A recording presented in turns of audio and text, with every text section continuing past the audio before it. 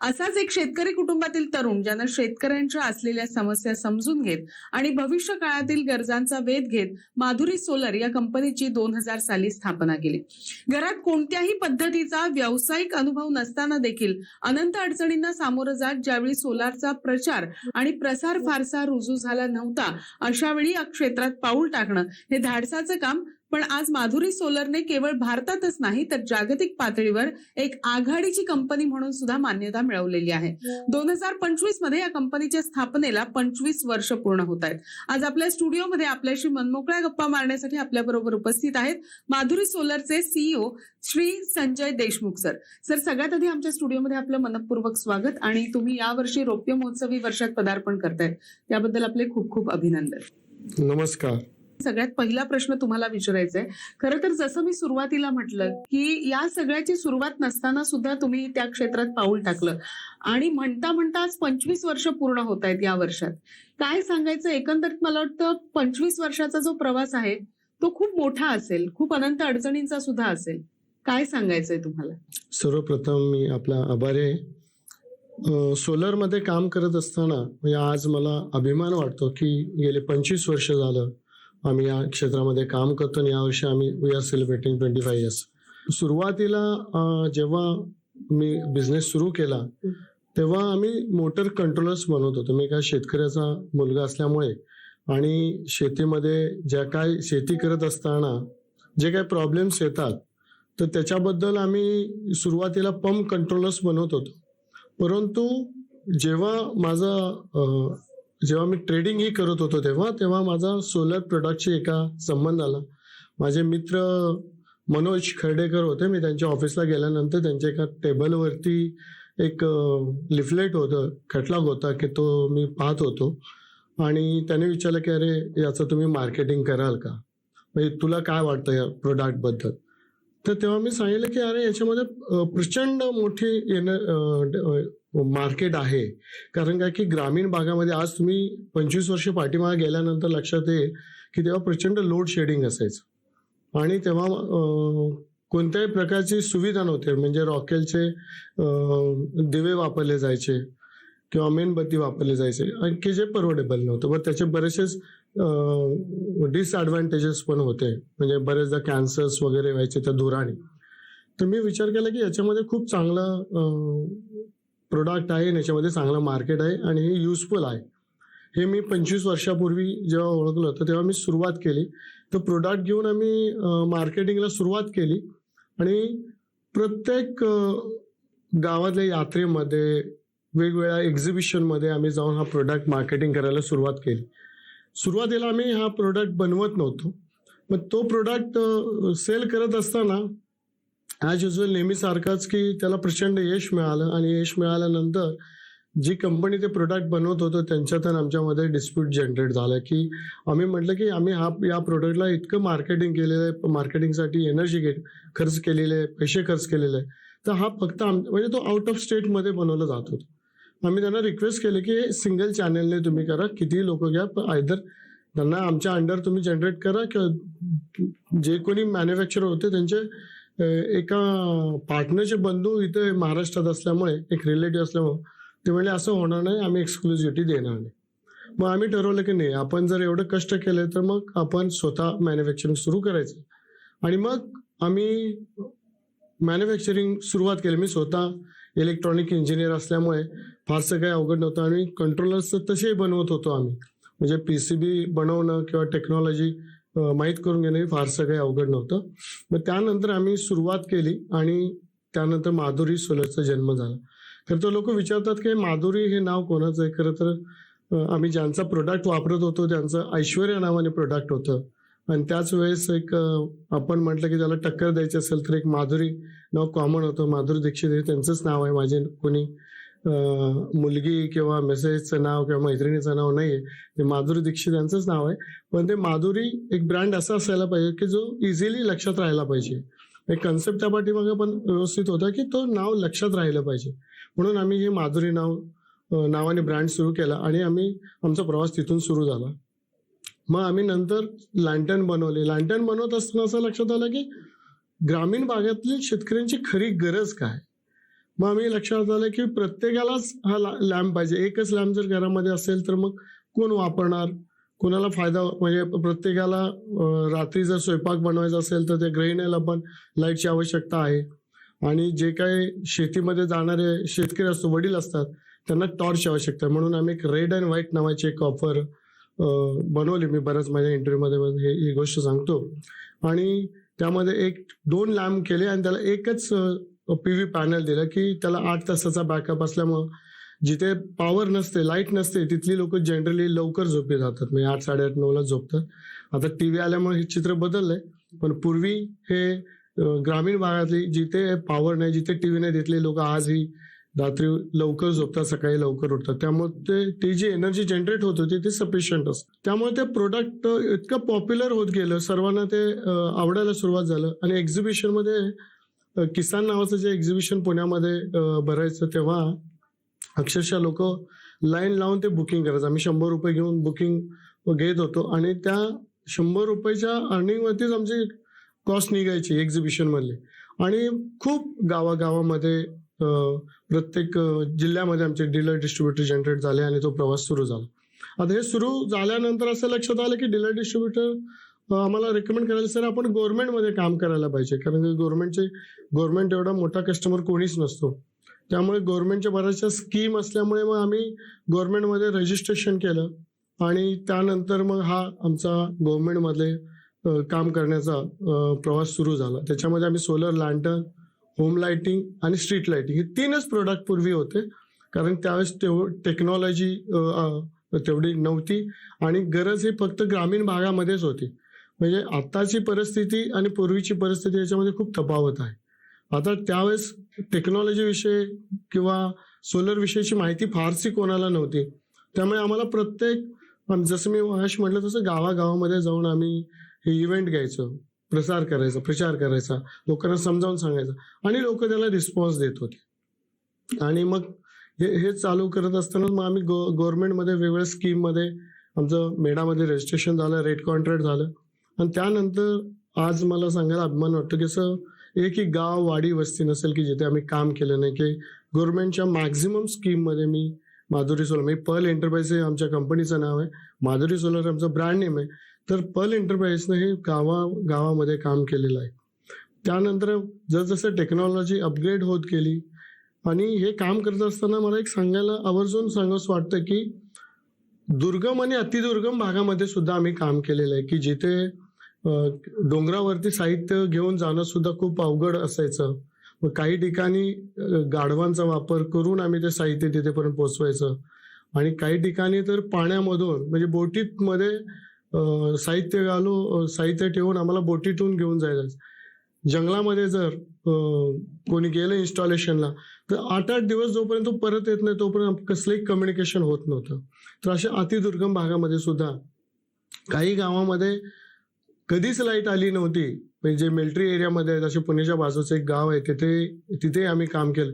तर त्या लोकांनी अक्षरशः दिवाळी साजरी केली जेव्हा हे स्ट्रीट लाईट आणि होम लाईटिंग त्यांच्या घरामध्ये जेव्हा लाईट आली तेव्हा.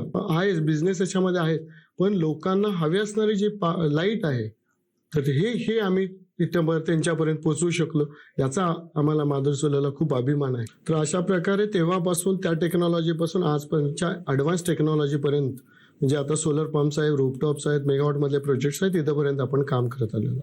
नक्कीच. ज्या पद्धतीने आता तुम्ही सांगितलं की 25 वर्षाचा हा इतका मोठा प्रवास कसा चालत आलेला आहे, पुढे मला तुम्हाला असं विचारायचं आहे की सरकारनं शेतकऱ्यांसाठी आणि शहरी भागातील वीज ग्राहकांसाठी ज्या योजना आणल्या आहेत त्यामध्ये सुद्धा माधुरी सोलरचा वाटा आहे. तर काय आहे नेमका हा वाटा आणि त्याबद्दल तुम्हाला काय सांगायचं आमच्या प्रेक्षकांना? मी पूर्वी आता जसं सांगितलं की पूर्वी फक्त ग्रामीण भागामध्येच याचा प्रसार होता की गरज होती. आता तसं राहिलेलं नाही, की आता टेक्नॉलॉजी खूप डेव्हलप झालेली आहे. गव्हर्नमेंटनी म्हणजे की PM कुसुम योजना, सौर पंप योजना आहे, सूर्यघर योजना आहे. तर या ज्या नवीन टेक्नॉलॉजी आल्यामुळे आणि लोकांच्यात आता स्वतःहून इतकं इन्फॉर्मेशन मिळालेलं आहे, त्यांचे अवेअरनेस इतका प्रचंड वाढलेला आहे, नॅशनल रिस्पॉन्सिबिलिटी काही लोक घेत आहेत. तर याच्यामध्ये PM सूर्यघर योजना ही बेसिकली शेतकऱ्यांच्यासाठी आहे की त्यांना आत्ताची सद्य परिस्थिती सुद्धा अशी आहे की 3 दिवसामध्ये दिवसा लाईट असते, 3 दिवस रात्री लाईट असते, 1 दिवस मेंटेनन्ससाठी. मग रात्रीचं पाणी देणं थोडंसं मुश्किल होऊन जातं, म्हणजे 3 दिवसच त्यांना पॉवर मिळते आणि त्याच्यामध्ये जर मेंटेनन्स आला तर अजून त्याच्यामध्ये थोडासा त्रास होऊ शकतो, होतोच आहे आता सुद्धा. म्हणून शेतकऱ्यांचा आता हा कल हा सौर पंपाकडे वाढलेला आहे.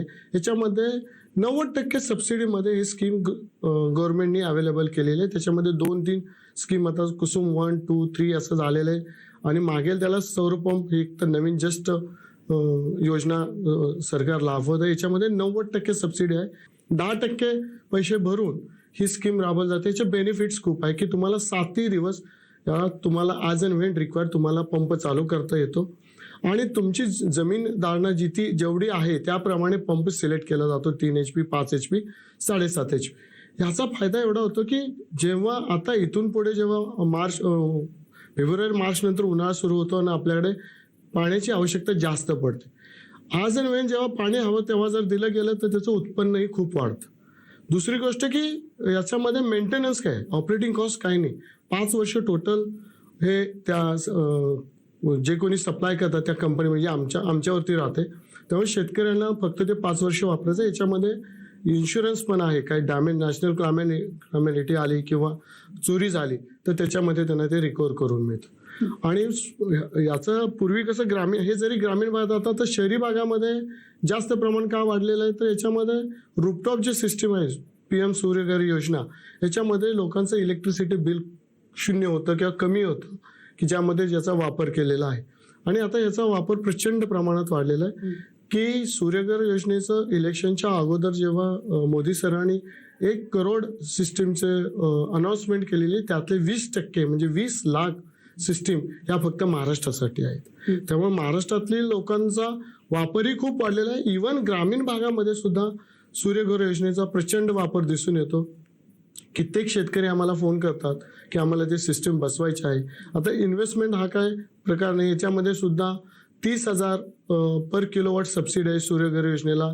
2 किलोवॉटसाठी 60,000 आहे, 3 किलोवॉट पर्यंत 78,000 आहे, त्याच्या पुढे 78च राहते. पण याचा वापर खूप मोठ्या प्रमाणामध्ये वाढलेला आहे आणि याचे बेनिफिट सर्व लोक घेत आहेत. नक्कीच. ज्या पद्धतीने तुम्ही सांगितलं की कशा पद्धतीने तुम्ही या सगळ्या योजनांमध्ये सुद्धा उतरलाय, त्याचप्रमाणे आम्ही असं सुद्धा ऐकलंय सर की तुमच्या कंपनीमध्ये तुम्ही शेतकऱ्यांच्या मुलांना आणि सामान्य लोकांना नोकरीसाठी ठेवता किंवा त्यांना प्राधान्य देता.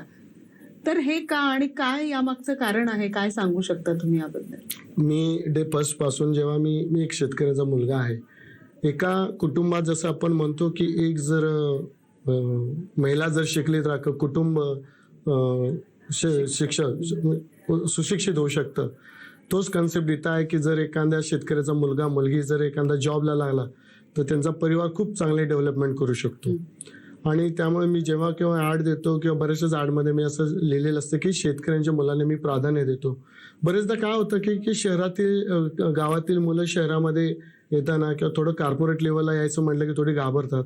एक तर पहिला भाषेचा प्रॉब्लेम असतो, त्यांना समजून घेण्यासाठी लँग्वेजचा प्रॉब्लेम असतो. तर त्यांच्यासाठी एक सपोर्ट म्हणून आणि माझी एक जबाबदारी म्हणून मी नेहमीच शेतकऱ्यांच्या मुलांना मी प्राधान्य देतो की त्यांनी यावं, त्यांच्या भाषेमध्ये आम्ही बोलणारे. माझ्याकडं मॅक्झिमम गावाकडची मुलं काम करतात. माझं गाव कासेगाव आहे, कासेगावमध्ये सुद्धा माझं ऑफिस आहे. तिथे तर माझ्याकडं म्हणजे माझं गाव कासेगाव, माझ्या गावापासून 60-70 किलोमीटरवरून सुद्धा मुली आज फ्रेश ज्यांचं ग्रॅज्युएशन झालेलं आहे त्या मुली सुद्धा माझ्याकडे जॉबला येतात. 1.5-2 तास यायला त्यांना. तर एक अपॉर्च्युनिटी दिल्यानंतर ग्रामीण भागातील मुलं ही शेतकऱ्यांची मुलं कुठेही कमी पडत नाहीत आणि जे काम करावं लागतं त्याच्यामध्ये हे खूप कष्टाने कामं करतात. त्यामुळे माझं एक जबाबदारी म्हणून मी नेहमीच शेतकऱ्यांच्या मुलांना प्राधान्य देतात. नक्कीच. त्याचप्रमाणे तुमची दुसरी कंपनी आहे शेतकरी ॲग्रो प्रायव्हेट लिमिटेड, याच्याबद्दल सुद्धा मला जाणून घ्यायचंय. मात्र इथे एका छोट्याशा विश्रांतीची वेळ झाली, लगेचच भेटतोय. तुम्ही कुठेही जाऊ नका, पाहत राहा मार्ग प्रगतीचा. गेलेल्या पोलीस मार्ग प्रगतीचा मध्ये आपल्या सगळ्यांचं स्वागत. आज आपण माधुरी सोलर या विषयावर बोलतोय. लगेच आपल्या विषयाला सुरुवात करूया.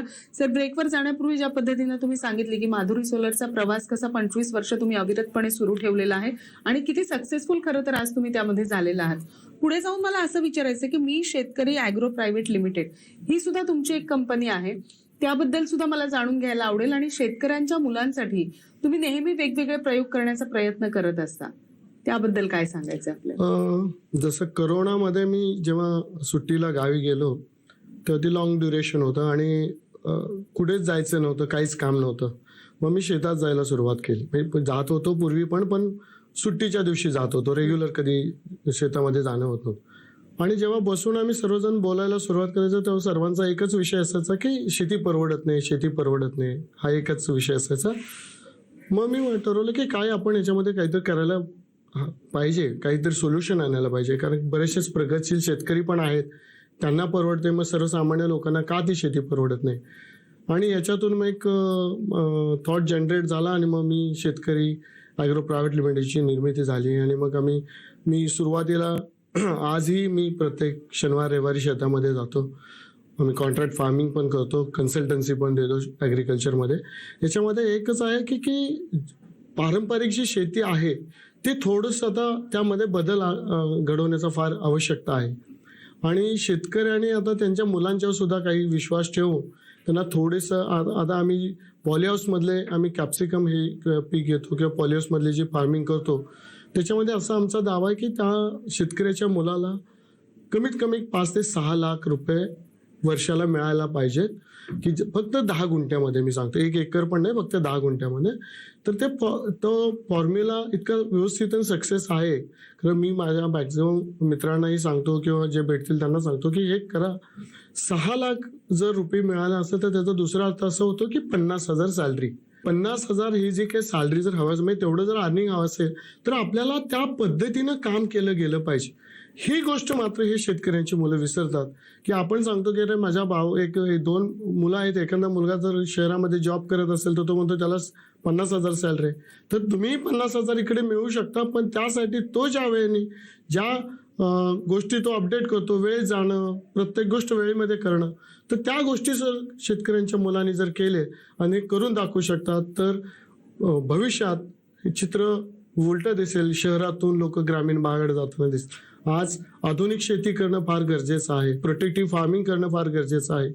खूप चेंज झालेले आहेत आता, म्हणजे नंबर ऑफ व्हायरस वाढलेले आहेत, त्यामुळे बियाणं वेगळं वापरलं गेलं पाहिजे. औषध ट्रेनिंगही देत आहोत आणि बरेचशीच माहिती आम्ही पुरवलं जातो, त्यासाठी वेगवेगळे सेमिनार पण घेत आहोत. नक्कीच. ज्या पद्धतीनं तुम्ही हे सगळं करताय तर तसंच तुम्ही आता जसं म्हणता म्हणालात की कुठलाही व्यवसाय असू दे किंवा शेती असू दे, तुम्ही प्रत्येकाकडे नोकरी या दृष्टीने बघा किंवा या दृष्टिकोनातनं बघा, म्हणजे तुम्ही आयुष्यात नक्की सक्सेस व्हाल किंवा तुम्ही जे करताय त्यात तुम्हाला समाधान मिळेल. काय सांगायचं याबद्दल तुम्हाला आजच्या तरुणांना? तरुणांना मी हे सांगेन की कुठेही खचून न जाता किंवा काही सोर्सेस नाहीत म्हणून हे न करता, जर जमीन असेल तर जमिनीमध्ये नवीन ॲडव्हान्स टेक्नॉलॉजीचे आणि बऱ्याचशाच गव्हर्नमेंटच्या स्कीम्स आहेत, त्याची माहिती घ्या. त्याच्या थ्रू तुम्हाला फंडिंग होऊ शकतं. बऱ्याचशा सबसिडीज अवेलेबल आहेत, त्या सबसिडीसाठी अप्लाय करा. आणि असं नाही की एकदा मी फेल गेलो म्हणजे पुढच्या वेळेस फेल नाही. मी नेहमी सांगतो की एक प्लॉट कोणताही ओपन फार्मिंगमध्ये जरी प्लॉट केला तर प्रॉब्लेम कुठे येतो की त्याचे 4 पैसे मिळाले की लोक लगेच त्याचं बऱ्याचशाच गोष्टीमध्ये ते विल्हेवाट लावून टाकतात. मी सांगतो की पुढचं पीक घेण्यासाठीचे पैसे एकदा रिझर्व्ह करा, त्याच्यावरती जो काय प्रॉफिट झालं त्याचं तुम्ही काही करा. पण पुढचं प्लॉट करताना जर तुम्हाला कोणतीही शेतीमध्ये काम करायचं असेल तर तेवढे पैसे रिझर्व्ह ठेवा. म्हणजे तुम्हाला ॲज अँड वेन जेव्हा जे काही औषधं लागतील, जे काही इन्व्हेस्टमेंट लागेल, ती कोणाकडेही पैसे न मागता ते होऊन जाईल आणि त्याचा रिझल्ट खूप छान मिळतो. हे करून पहा. बरेचसे शेतकरी आता फॉर्म म्हणजे सक्सेसफुल झालेले आहेत. कितीतरी लोकांनी आता कार घ्यायला सुरुवात केलेली आहे आणि मार्केट अपडाऊन होत राहतं, पण यील्ड जर वाढवलं तर बेनिफिट निश्चित होतो. रेट हा आपल्या हातामध्ये नाही आहे. सर्वत्र एकच चर्चा असते की फिक्स रेट नसल्यामुळं हा प्रॉब्लेम येतो, हा सर्वांनाच येतो. तर आपल्याला साठी ते कॉम्पिटिशन असं करायचं आणि प्रत्येक वेळेला कंटिन्युअस जर शेती करत राहिलं तर 100% तुम्हाला यश मिळत राहील. एक प्लॉट वर्षातून जरी चांगल्या रेटमध्ये मिळाला तर वर्षाचे पूर्ण पैसे मिळतात. हे पाहतोय आपण. तुम्ही तरुणांना एवढंच आव्हान करेन की एक प्लॉट करून न थांबता कंटिन्युअस प्लॉट करत राहा आणि सक्सेस 100% तुम्हाला मिळत. नक्कीच सर. खरं बघायला गेलं तर 25 वर्षाचा खूप मोठा अनुभव तुमचा आहे आणि वेळोवेळी जर तुम्ही बघितलं तर शेतकऱ्यांच्या मुलांना असेल किंवा सामान्य मुलांना असेल, तुम्ही तुमच्या कंपनीमध्ये प्राधान्य देण्याचा प्रयत्न करत असता. 25 वर्षाच्या इतक्या मोठ्या अनुभवानंतर तुम्हाला आजच्या तरुणांना किंवा आपल्या प्रेक्षकांना काय सल्ला द्यावासा वाटतो, काय सांगावंसं वाटतं? शेतीत या, कंपनीमध्ये काम करा, प्रत्येकाला व्यवसायाच्या दृष्टीने बघा, काय सांगायचंय तुला? खरं तर आता मी जसं म्हणलं शेतकऱ्यांच्या मुलांसाठी मी परत इथेच येईन की सोलर मधलं आता हे जे काही इन्स्टॉलेशन सुरू आहेत त्याच्यामध्ये ग्रामीण भागामध्ये खूप एम्प्लॉयमेंट जनरेट होत आहे. शेतकऱ्याच्या मुलांनी इन्स्टॉलेशनसाठी ट्रेनिंग घ्यावं. कंटिन्युअस हे चालूच आहे आता नंबर ऑफ इयर्स, म्हणजे जवळजवळ 42 लाख पंप महाराष्ट्रामध्ये आहेत. आता कुठे 1.5-2-3 लाख पंप फक्त बसलेले आहेत. म्हणजे पुढचे 10 वर्ष 15 वर्ष खूप चांगला बिझनेस सोलरमध्ये चालेल. जेव्हा मी बिझनेस सुरू केला तर तेव्हा मी तेच सांगितलं की पुढे 10-15 वर्ष सोलरमध्ये तुम्हाला ट्रेंड चेंज करायची काही गरज नाही. आजही सांगतो अजून 10-15 वर्ष याच्यामध्ये खूप चांगले डेव्हलपमेंट होत. आता इलेक्ट्रिक व्हेकल्स पण यायला लागले. त्यामुळे सोलरचा वापर हा कंटिन्युअस राहणार आहे आणि शेती तर अविरत राहणार आहे. दोन्ही अपॉर्च्युनिटी शेतकऱ्यांच्या मुलांसाठी अवेलेबल आहेत. तुम्ही जिथे आहात तिथून हे दोन्ही व्यवसाय सुरू करू शकता. शेती पाहू शकता आणि सोलरमध्ये येऊन कामही करू शकता. आज तुम्ही सर इथे आलात आणि एकंदरीत तुमची कंपनी जी आहे माधुरी सोलर आणि मी शेतकरी ॲग्रो प्रायव्हेट लिमिटेड याबद्दल खूप छान मार्गदर्शन किंवा खूप छान माहिती आमच्या प्रेक्षकांना दिली. त्याचप्रमाणे शेतकऱ्यांच्या मुलांना तुम्ही तुमच्या कंपनीमध्ये कशा प्रकारे प्राधान्य देताय याबद्दल सुद्धा खूप छान तुम्ही आमच्या प्रेक्षकांना सांगितलं. त्याबद्दल आपले मनपूर्वक आभार. नमस्कार. धन्यवाद. मार्ग प्रगतीचा मध्ये आज आपण इथेच थांबतोय. तुम्ही मात्र कुठेही जाऊ नका. पाहत रहा TV9 मराठी.